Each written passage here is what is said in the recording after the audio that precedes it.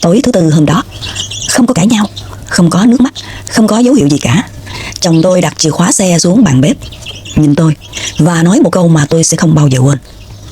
Anh nghĩ anh đã sống sai cuộc đời của mình. Tôi tưởng là anh đang đùa.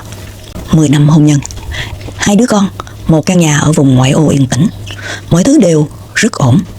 Nhưng hóa ra điều nguy hiểm nhất trong hôn nhân không phải là người thứ ba, mà là một người thuộc về quá khứ, một mối tình đầu mà não bộ chưa bao giờ cho phép kết thúc.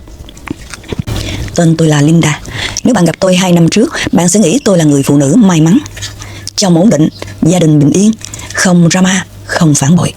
Chúng tôi không phải là cặp đôi cuồng nhiệt, nhưng chúng tôi là đồng đội. Và đôi khi chính sự bình yên đó lại trở thành vấn đề. Một buổi tối, Mark nói là anh muốn ly hôn. Không phải vì tôi sai, cũng không phải vì anh ghét tôi. Anh nói anh vừa nói chuyện lại với người yêu cũ và anh nhận ra cô ấy luôn là định mệnh. Bạn biết điều đáng sợ nhất là gì không? Anh không nói bằng một cái giọng tội lỗi. Anh nói như là một người vừa thức tỉnh. Đây là lúc mà nhiều người hiểu sai. Họ nghĩ là anh ta phản bội, anh ta thay lòng. Nhưng thực tế, não bộ con người có một cơ chế gọi là thiên lệch hoài niệm. Não không lưu giữ ký ức như camera. Não chỉnh sửa ký ức. Nó xóa đi những lần cãi nhau, làm mờ sự chưa trưởng thành của tuổi trẻ và giữ lại cảm giác rung động đầu đời. Người đàn ông không quay về người cũ, anh ta quay về phiên bản tuổi trẻ của chính mình. Mark nói với tôi, anh yêu em, nhưng anh cần tìm xem mình thực sự là ai. Nghe rất sâu sắc, nhưng trong tâm lý học, đó thường là dấu hiệu của khủng hoảng bản sắc tuổi trung niên. Không phải khủng hoảng hôn nhân, mà là khủng hoảng bản thân. Khi một người đàn ông đạt được công việc ổn định, gia đình ổn định, cuộc sống dự đoán được, thì não bắt đầu tự hỏi là nếu đây là tất cả, thì mình là ai? Và khi câu hỏi đó xuất hiện, thì dopamine bắt đầu tìm đường thoát. Dopamine không phải là hạnh phúc, dopamine là sự khao khát. Nó xuất hiện khi bạn gặp người mới, nhận tin nhắn bất ngờ hoặc tái ngộ mối tình đầu.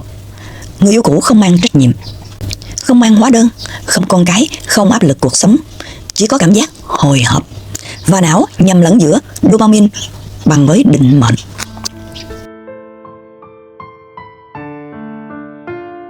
Mark rời khỏi nhà rất lịch sự. Anh để lại căn nhà, tài khoản tiết kiệm, mọi thứ vật chất. Nhưng anh mang theo thứ quan trọng nhất, đó là niềm tin của tôi. Và hôm đó tôi hiểu một điều mà rất nhiều người chỉ nhận ra quá muộn. Một cuộc hôn nhân hiếm khi kết thúc vì thiếu tình yêu. Nó kết thúc vì ai đó tin rằng ngoài kia còn một cuộc đời tốt hơn đang chờ họ. Sau khi Mark rời đi, mọi người đều hỏi tôi cùng một câu: Anh ấy bỏ chị vì người phụ nữ kia phải không? Ban đầu tôi cũng nghĩ vậy, nhưng càng về sau tôi càng hiểu. Anh ấy không rời bỏ tôi vì cô ấy, anh ấy rời bỏ cảm giác ổn định. 1 tháng sau ly hôn, tôi bắt đầu thấy những bức ảnh Facebook, Insta, những nơi mà cuộc sống luôn trông đẹp hơn sự thật. Mark cười nhiều hơn tôi từng thấy. Họ đi biển, đi bộ đường dài, uống rượu vang dưới ánh hoàng hôn. Nhìn vào thì ai cũng nghĩ đó là tình yêu định mệnh.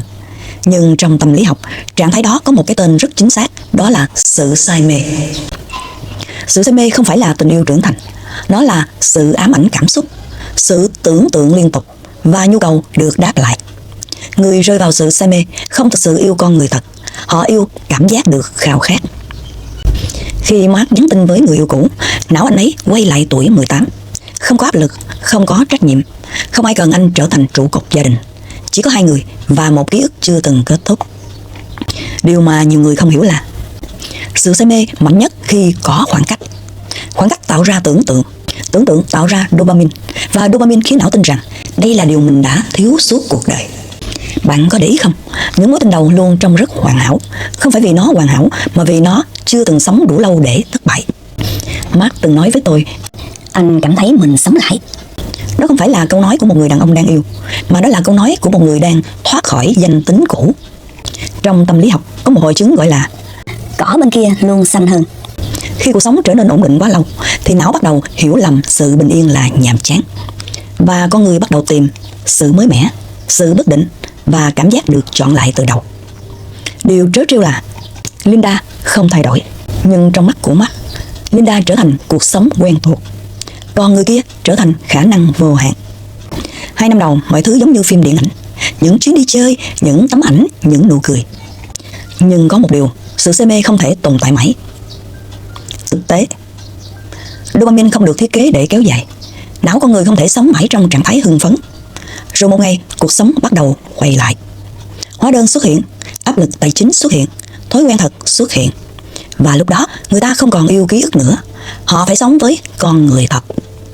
Tôi không biết chính xác chuyện gì xảy ra giữa họ, nhưng tôi biết khi nào mọi thứ thay đổi. Những bức ảnh biến mất, không còn những chuyến du lịch, không còn những caption lãng mạn. Im lặng. Một kiểu im lặng rất quen thuộc. Kiểu im lặng của một ảo ảnh đang vỡ. Khi dopamine giảm, não bắt đầu nhìn thấy những điều mà trước đây bị che giấu. Sự ích kỷ, sự khác biệt giá trị, trách nhiệm mà không ai muốn gánh. Và lúc đó, người đàn ông không còn hỏi là tôi có hạnh phúc không? Mà anh ta bắt đầu hỏi, tôi đã đánh mất điều gì?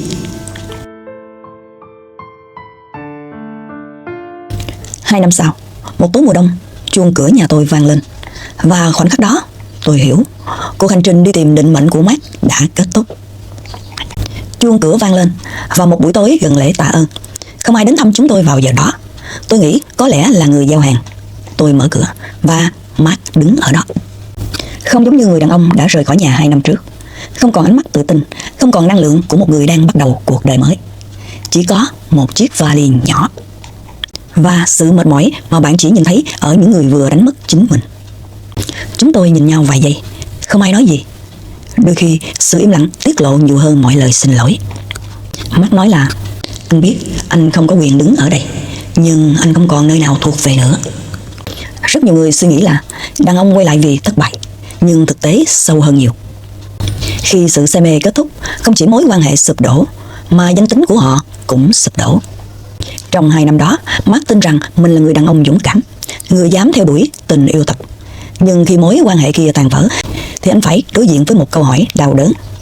Nếu đây không phải là định mệnh, thì mình đã phá hủy gia đình vì điều gì?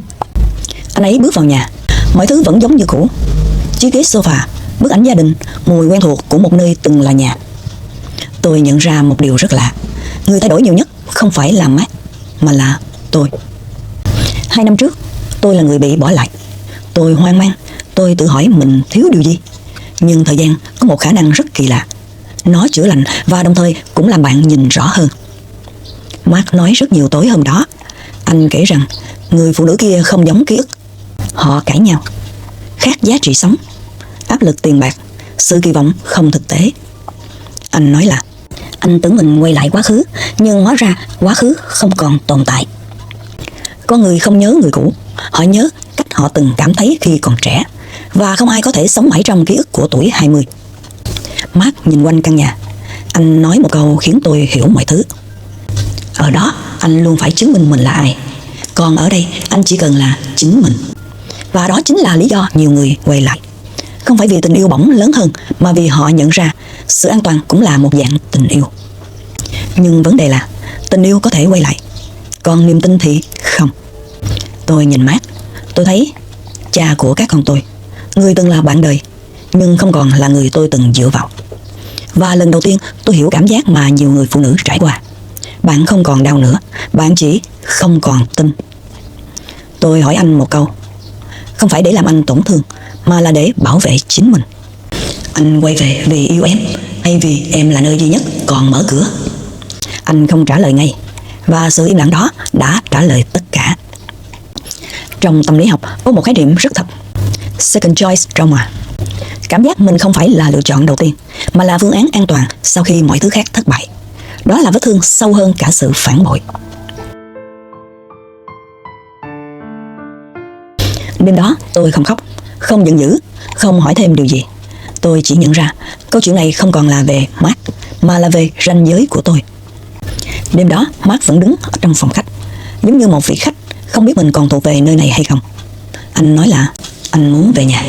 Và tôi nhận ra đây là khoảnh khắc mà rất nhiều phụ nữ tưởng tượng trong đầu suốt nhiều năm. Ngày người đã rời đi, quay lại và nói họ sai.